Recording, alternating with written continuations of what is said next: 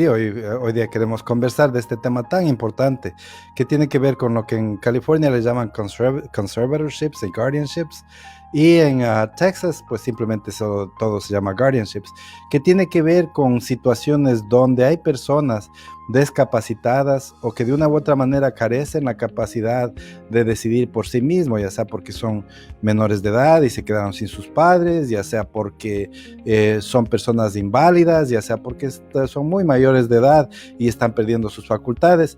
Total, se ocupa que algún ser querido, que algún conocido, sea familiar, no sea familiar, pero que haya alguien que se preocupa por ellos y que tenga el derecho ante la corte y la responsabilidad ante la corte de decidir por estas personas. Pero sabemos que en nuestra comunidad muchas veces enfrentamos estas situaciones, de pronto es primera vez que nos toca enfrentar algo así y no se sabe cómo se maneja esto. Entonces, por eso queremos conversar un poquito de este tema y pues analizar en este segmento que le denominamos al grano, un poco más a fondo para instrucción y pues para información para las personas que nos miran. Y para este propósito le damos la bienvenida desde California a Jimena. ¿Cómo estás, Jimena? Buenas tardes. Aquí, abogado, bien, gracias. Aquí muy contentos de tener a las personas que nos miran, a las personas que nos siguen, y también poder darles un poco de información en este segmento. Como usted bien lo dijo, abogado, vamos a estar hablando un poquito de guardianship and conservatorship, y eso pues traducido al español parece que es tutela en el guardianship y conservatorship y amparo en conservatorship. También queremos hablar un poquito de las personas que tienen discapacidad y qué relación tiene esto con la inmigración. Y una de las primeras cosas que quisiera que usted nos aclare es qué diferencia hay entre el guardianship y conservatorship, que quiere decir, si no estoy mal, tutela y amparo. Por favor, aclárenos eso un poquito, porque para algunas personas, pues, parece lo mismo, o esto solamente se refiere a personas mayores o a niños. ¿Cómo estamos con eso? Claro que sí, Jimé. Y pues importantemente, como siempre hemos mencionado en este programa, hay muchos temas en la ley que se manejan a nivel estatal. Sabemos que inmigración se maneja a nivel federal. ¿Qué quiere decir que se maneja a nivel federal? Quiere decir que la misma ley aplica a todo el país. Si está en New York, si está en Washington, si está en Florida, si está en California.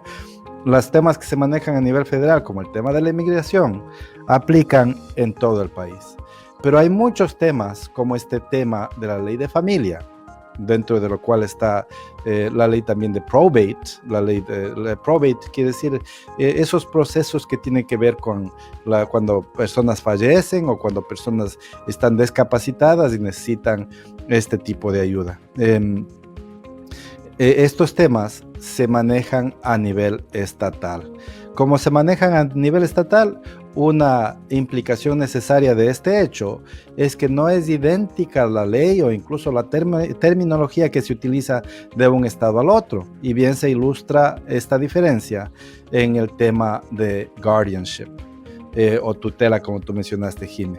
En Texas, guardianship es un término general que aplica a todo este tipo de situación donde una persona discapacitada o sin capacidad de tomar su decisión, sea porque tiene minoría de edad, o sea porque tiene algún tipo de discapacidad física, o sea porque está perdiendo sus facultades por la vejez, todas estas personas caen bajo la misma rúbrica de guardianship. Mientras tanto que en California, aquellas personas que ocupan a alguien que tome sus decisiones por ellos y son todavía niños y tal vez sus padres fallecieron, los abandonaron, cualquiera que sea el caso, ese proceso se denomina guardianship. Mientras tanto, cuando hay personas que son adultos, que ocupan de esto mismo, de alguien que tome decisiones por ellos. Este proceso se llama conservatorship, pero total, es un mismo tipo de situación, sea tutela, sea amparo, es una situación donde la corte está dando audiencia a personas para determinar hasta qué punto the ward, la persona que sea menor de edad o discapacitada, ocupa de alguien que tome decisiones por él o ella, y quién es la persona correcta y apropiada para hacerlo. Estos son procesos especializados que, como dije antes, se llevan a cabo ya sea en las cortes de familia o en las cortes de probate, las cortes que tienen que ver con decisiones que se hace para personas ancianas y que luego fallecen, o para personas que tienen cuestiones de familia. Jimé. Gracias, abogado, le agradezco mucho. Una cosita, y valga la redundancia, usted acaba de decir que esto es algo para los niños y es pues una ayuda, una tutela para niños, para ancianos. Y ¿esto aplica solamente para niños y para ancianos o hay una gama un poquito más grande también en esto? De algunas personas. Ajá. Claro que sí. Es en realidad mucho más amplio que simplemente para niños o para ancianos. También personas que están o inválidas, ya sea tienen algún defecto mental, algún retraso. Hay personas que tienen algún retraso en su desarrollo mental, que nunca pasan de la edad de 5, 6, 7 años en cuanto a su cognición respecta, en cuanto a su capacidad mental respecta. Estas personas bien pueden ser sujetos de guardianship o de conservatorship, más bien dicho, de tal manera que pues se le denomina a alguien que esté a cargo de tomar las decisiones por estas personas. Hay veces que puede ser temporal la discapacidad. Puede ser que una persona cae en coma, puede ser que una persona tiene esquizofrenia y pues por el momento está discapacitada, está en un asilo, y por lo tanto no necesariamente necesita algo permanente, necesita algo temporal. La ley también provee para esto. Hay veces que también la persona tiene ciertas discapacidades, pero no todas. Y puede ser por cualquier motivo. Hay el ejemplo bastante conocido de Britney Spears, la cantante, la famosa cantante que, como sabemos, ha tenido gran éxito y es multimillonaria. Y sin embargo, por cuestión de dependencia en sustancias controladas, llega el momento en que tiene que declararse a alguien. En este caso le declararon al padre de ella, a pesar de que ella era un adulto, como the conservator, la persona que va a tomar decisiones para Britney Spears. Ahora, esto nos lleva también al tema de la diferencia entre lo que es guardianship or conservatorship of the person and of the state. ¿Qué quiere decir eso? Hay veces que la persona necesita ayuda en cuanto a decisiones personales. Y ese es un tipo de decisión que la corte puede asignar a alguien para que la tome. Por ejemplo, si la persona no tiene la capacidad de decidir si va a votar o no va a votar, si es que va a pedir atención médica o no va a pedir atención médica, etcétera, etcétera. Si es que se va a educar, no se va a educar, dónde se va a educar. Decisiones personales. Ese es un tipo de tutela o un tipo de amparo que la corte puede proveer. Pero hay veces que lo que necesita la persona no es ese tipo de decisión personal. Lo que necesita es decisión en cuanto a lo que son sus bienes. Por ejemplo, como esta señorita Britney Spears, que lo que más sintió la corte que necesitaba que se le proteja es en cuanto a sus decisiones, en cuanto a sus bienes. Porque pues como tenía dependencias importantes, de pronto iba a ser lo que en su sano juicio nunca quisiera hacer con sus propios bienes. Por eso le nombraron a su padre a que cuide los bienes de Britney Spears. Claro, hay ciertos peligros, ciertos riesgos, como se manifestó en ese caso, de que luego pues la persona a la que la corte le confía puede abusar de los derechos que se le da, y ahí, claro, la ley también provee ciertas doctrinas, ciertos conceptos y provee ciertos derechos a la persona protegida, e impone ciertas responsabilidades al conservator o guardian, a la persona encargada, para que no existan estos abusos, y cuando existen estos abusos, que exista repercusiones apropiadas, consecuencias apropiadas, y obviamente que se le pueda reemplazar en caso de que esto fuera necesario. Pero son figuras que provee y ofrece la ley, que permiten a personas que de otra manera estarían desprovistas, que tengan el cuidado, la tutela, el amparo de otros individuos que se supone que van a estar preocupados por ellos, pero que no sea a la buena de Dios o a la buena de esa persona, sino que hay una corte, hay un juez que va a estar supervisando, y hay un set de leyes y doctrinas que van a estar regulando el proceso de tal manera que se minimice la posibilidad de abuso, y cuando este ocurre, que existan en efecto repercusiones efectivas. Jimé. Así es. Abogado, usted acaba de mencionar acerca de personas que pudieran estar también en coma, y así cosas que les pasa a las personas.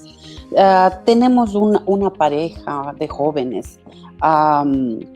Por cierto, tenemos justamente en este momento trabajando en algo así. Esta persona que está en coma está casada con un muchacho indocumentado. Este muchacho indocumentado, y también esta parejita tiene 4 hijos. 3 de ellos son no son de él, del muchacho. Este muchacho, el indocumentado es el esposo, la ciudadana es la señora. La señora es la que está en coma. La preocupación de él más grande es qué va a pasar con los niños, porque él es el que ha estado viviendo con los niños, aunque no es el padre biológico, pero él se ha hecho cargo de los niños, especialmente los 2 niños mayores, el padre desaparecido de la foto del planeta. Y pues él es padre de la menorcita solamente. Y como le repito, abogado, él muy preocupado, primeramente por sus niños. Segundo, ¿qué va a pasar ahora con su estatus inmigratorio? Ellos estaban pensando hacer la petición, pero por los niños, por la pandemia, por todo eso se fue alargando y alargando, y no empezaron, ni siquiera empezaron la petición. ¿Qué puede hacer este señor? ¿En qué le podemos ayudar? Gracias por la pregunta, Jimé, que este es justamente el tipo de situación para el cual están creadas estas figuras de la ley, ¿no? En este caso, sabemos que en cuanto al cuidado de los niños, si es que el señor fuera ciudadano, él tranquilamente podría seguirles cuidando y tendría los derechos como padre, a pesar de que sea padrastro, porque bajo la ley, pues una vez que una pareja está casada, los hijos son hijos de la pareja, independiente si son hijos biológicos o no. Claro, siempre respetando los derechos del padre biológico, que también tiene sus derechos, pero el padrastro también tiene obligaciones y derechos importantes en cuanto a lo que es los niños de la pareja, bajo la ley de inmigración y también bajo la ley de familia. Claro, eso es un tema para explorar en otro momento más a fondo, pero lo que sí, en cuanto a lo que es de estos temas de guardianship y conservatorship, en este tipo de situación el problema está en el hecho de que, como me mencionas, Jimé, si el señor es indocumentado, cualquier momento puede salir deportado, y ya los niños no tienen su padre. De pronto, como tú mencionas, su padre biológico, quiero decir, de pronto su madre está en coma, no está en capacidad de atenderles ni cuidarles, y si al señor lo deportan, pues ya quedaron los niños huérfanos completamente y abandonados y desprovistos. La solución hubiera sido mucho mejor que la señora le hubiera pedido para la residencia, pero eso no sucedió. Entonces, ¿qué se puede hacer ahora? Ahora lo que se puede hacer es justamente crear un conservatorship para la persona de la señora que está ahora discapacitada. Ahora, claro, si es que el conservator, si es que el amparo se le diera a cargo del esposo, del señor del padrastro de los niños, él no va a poder autopedirse porque la ley de inmigración no tiene esa provisión donde una persona se pueda autopedir porque su esposa está discapacitada completamente. Eso no existe. Así que lo que toca en realidad y lo que la ley de inmigración sí provee es la posibilidad de que un conservator, una persona que tiene el cargo legal otorgado de parte de un tribunal competente de la corte, de actuar en lugar de la persona que está en coma, esa persona le puede pedir a alguien más para la residencia. Entonces, ¿qué se puede hacer en este caso? Se puede poner un conservator, se puede poner un encargado, se puede poner a cargo del amparo a una tercera persona de confianza para que esta tercera persona le pida al señor indocumentado en representación de la señora. Entonces, así podemos obtener lo que es la residencia para el señor que ahora está indocumentado y él puede proceder a cuidar a los pequeños. Obvio, esto sería una provisión temporal. El segundo conservator, el backup conservator, sería el esposo justamente, de tal manera que cuando ya se lleve a cabo la residencia, el principal puede renunciar a su puesto y queda el señor padrastro de los niños a cargo de el cuidado de la señora que está en coma y también de los pequeños, y así podemos ayudarle en este tema de inmigración que de otra manera pues para esta familia sería un problema grave. Claro, el problema es en sí grave, pero por lo menos podemos aliviarle por medio de esta de esta provisión de este proceso. Así es. Gracias, abogado. Gracias, algo muy bueno para esta persona. Abogado, si una persona indocumentada tiene un niño o niña con discapacidad, ¿ellos califican automáticamente para tener su green card? No, en realidad no existe eso, desafortunadamente. Cuando un niño o niña discapacitada tiene sus padres indocumentados, lo único que provee de la ley es algo que se llama humanitarian parole, un permiso humanitario. Y este permiso humanitario es algo parecido como el DACA, como el TPS, una provisión, un diferimiento de cualquier potencial deportación. Y pues y no es fácil de obtener tampoco. Hay que demostrar que en realidad el niño o la niña están discapacitados completamente o bastante discapacitados, y además que no hay una provisión alternativa para el cuidado de estos pequeños. Aparte de eso, lo único que se puede hacer es esperar que los pequeños lleguen a cumplir los 21 años para que puedan pedir a los padres la residencia, a menos que haya otra persona que también nos pueda pedir. Jimé. Gracias, abogado. Ahora, se ha oído que muchas veces abogados o se hace que las personas que tienen un niño con discapacidad, Down syndrome, meten unos procesos que se llaman cancelación de remoción o cancellation of removal. Y no estoy tan segura si la traducción es cancelación de remoción, pero por ahí va. ¿Es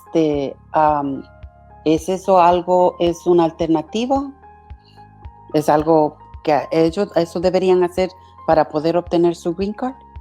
Existe esa provisión de ley, ¿no? Que nosotros le denominamos cancelación de deportación, aunque la terminología no se traduce exactamente de esa manera, pero así es como la mayoría de la gente puede comprender la cancelación de deportación. Y esto de la cancelación de deportación tiene ciertos requisitos, ¿no? Que la persona haya tenido mínimo 10 años en los Estados Unidos, que no tenga delitos que le descalifiquen de esa posibilidad, que tenga qualifying relatives, que tenga familiares que vayan a sufrir extremo perjuicio en caso de que a los padres se les deporte. Entonces, claro, cuando los pequeños son discapacitados, en muchos casos sí se puede conseguir una cancelación de deportación, siempre y cuando se pueda mostrar eso, que es importante y prácticamente indispensable que los padres se queden en los Estados Unidos para que los pequeños no sufran gran perjuicio. Esto sí es posible, pero se hace en el contexto de y ante una corte de inmigración, en el contexto de un proceso de deportación, o en inglés como dicen de removal, de remoción, como tú dijiste, Jimmy. Así que, ¿qué quiere decir eso? Que para poder instituir una cancelación de deportación para una persona indocumentada, primero toca empezar un proceso de potencial deportación. Por lo tanto, muchos abogados nos fijamos muy de cerca y analizamos la cuestión muy detenidamente antes de empezar ese proceso, porque es un proceso que una vez que le pones a correr no lo puedes detener. Va a terminar una de dos, o en la deportación del padre o la madre de la persona discapacitada, o en su residencia permanente. Entonces es como jugarse el todo por el todo. Por lo tanto, a menos que el caso esté clarito y la ganancia sea casi cierta, un abogado responsable no le va a poner a un padre, a una madre, en un proceso de deportación, contando que el juez va a simpatizar con esta situación y les va a dar la residencia permanente a la final del proceso. Eso es. Así que, Jimé, es todo el tiempo que tenemos para este segmento. Te agradezco mucho todas tus preguntas y tu participación. Gracias por tenerme aquí y pues todas las respuestas me parecieron extremadamente claras y ojalá que les haya servido a nuestro público. Gracias, abogado. Una bonita tarde.